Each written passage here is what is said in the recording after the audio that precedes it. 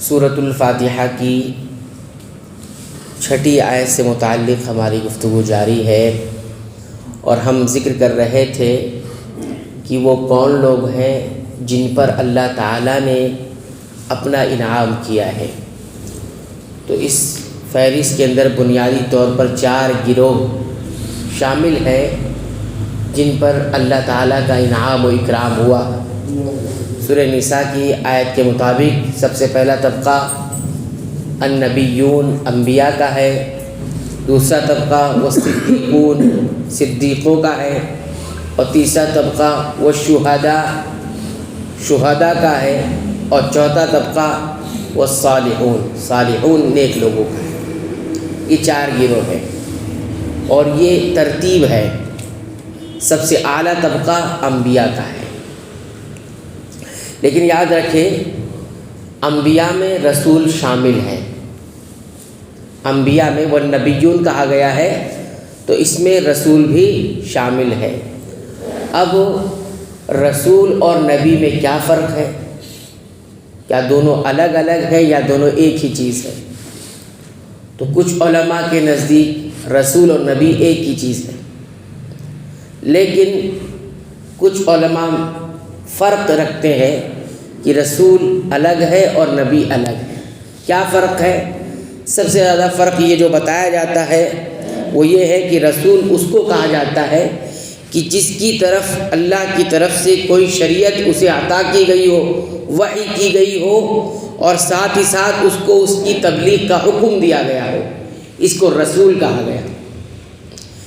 کہ اللہ کی طرف سے اس کی طرف کوئی نئی شریعت دی گئی ہو اور اس کو اس کی تبلیغ پہنچانے کا حکم بھی دیا گیا، یہ رسول ہے۔ اور نبی کے بارے میں کہا جاتا ہے جس کی طرف کوئی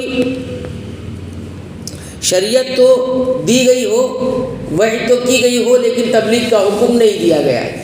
عام طور سے یہ تعریف کی جاتی ہے، اس کو تبلیغ کا حکم نہیں ملا ہے۔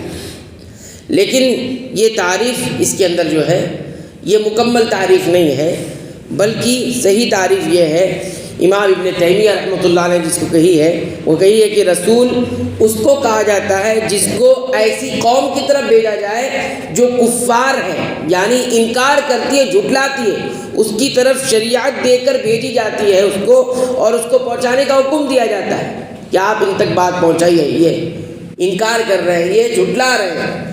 اور نبی کس کو کہا جاتا ہے؟ جن کو ایسی قوم کی طرف بھیجا جاتا ہے جو ایمان والی ہے، یعنی اب سے پہلے جو نبی آ چکا اس پر وہ ایمان رکھتی ہے، اور یہ صرف جاتا ہے جو اس سے پہلے شریعت اتری ہے اسی کی تبلیغ کرتا ہے۔ نبی جو ہوتا ہے اسی پرانی شریعت کی تبلیغ کرتا ہے، انہیں سکھاتا ہے اور ان کے درمیان فیصلہ کرتا ہے۔ رسول یہ سارے کام کرتا ہے، لیکن رسول کو نئی شریعت دے کر بھیجا جاتا ہے اور اس کا حکم دیا جاتا ہے، اسی کے مطابق وہ انہیں سکھاتا ہے، بتاتا ہے اور فیصلے کرتا ہے۔ لیکن نبی کا معاملہ کیا ہے؟ نبی اس کو کہا جاتا ہے جو قوم مؤمن کی طرف بھیجا جاتا ہے، یعنی ایمان والی قوم کی طرف بھیجا جاتا ہے، اور وہ پچھلی جو شریعت ہے اس کے مطابق انہیں وہ سکھاتا ہے، بتاتا ہے اور انہیں ان کے درمیان فیصلے کرتا ہے۔ یہ صحیح تعریف ہے۔ تو نبی اور رسول میں یہ فرق ہے۔ اب یہ سمجھے کہ ہر نبی رسول نہیں ہوتا ہے، لیکن ہر رسول نبی ہوتا ہے۔ ہر رسول نبی ہوتا ہے، کیونکہ نبی یہ عام لفظ ہے اور رسول یہ خاص لفظ ہے، اور ہر نبی رسول ہو ایسا ضروری نہیں ہے، ٹھیک ہے۔ اب اس انبیاء کے طبقے میں سب سے اعلیٰ طبقہ رسولوں کا ہوا۔ انبیاء کا طبقہ تو اعلیٰ ہے سب میں، لیکن انبیاء میں سب سے اعلیٰ طبقہ کس کا ہے؟ رسولوں کا ہے۔ 25 رسولوں کا ذکر قرآن حکیم میں آیا ہوا ہے، اور ان 25 رسولوں میں رسول میں سب سے اعلیٰ طبقہ اولو العزم من الرسل کا ہے، 5 اولو العزم رسولوں کا ہے، اور ان 5 میں سب سے اعلیٰ محمد رسول اللہ صلی اللہ علیہ وسلم۔ تو آپ دیکھیں گے سب سے پہلا گروہ کون سا ہے؟ انبیاء کا ہے۔ تو انبیاء کی تفصیل ہم نے آپ کو بتا دی۔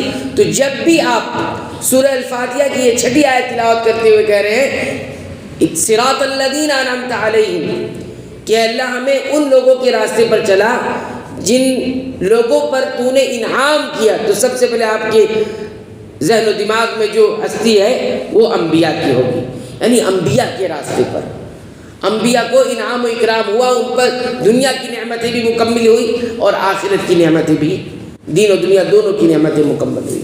تو یہ پہلی بات ہے، پہلا طبقہ ہے۔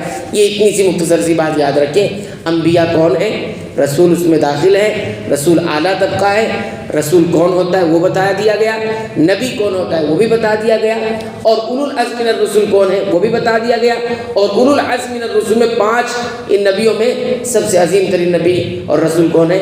ہاں اسی طرح ایک اور بات جو جان لینی ضروری ہے، نبی کریم صلی اللہ علیہ وسلم کے بارے میں قرآن حکیم میں خاتم النبیین کہا ہے۔ کیا کہا ہے؟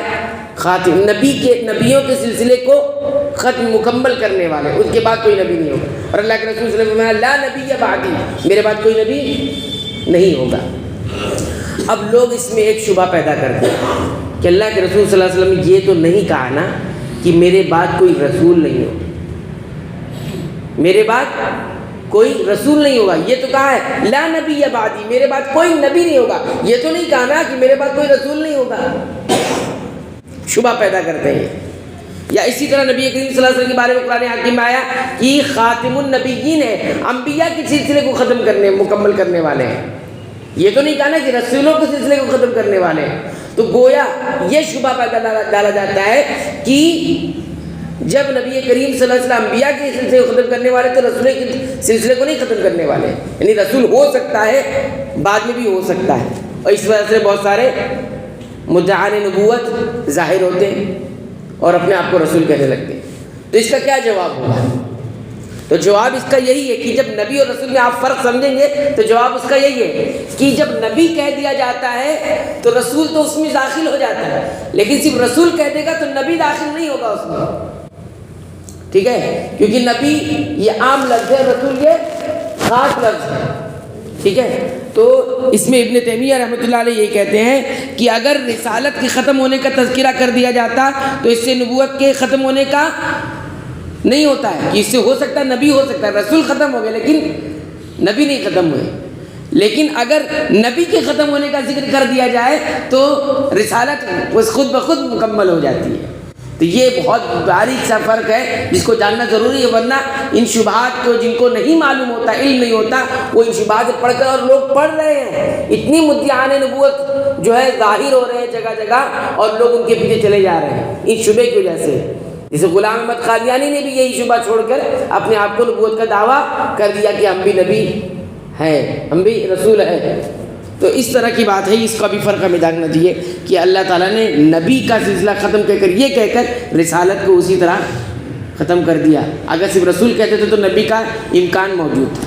اللہ تعالیٰ سے دعا ہے کہ رب العالمین تو ہمیں قرآن حکیم کی پابندی سے تلاوت کی توفیق عنایت فرما، اس کی معانی پر غور کرنے کی توفیق عطا فرما، اور اس کے مطابق اپنے عقیدہ، ایمان اور اعمال کی اصلاح کی توفیق عطا فرما۔ آمین۔ وآخر دعوانا الحمدللہ رب العالمین۔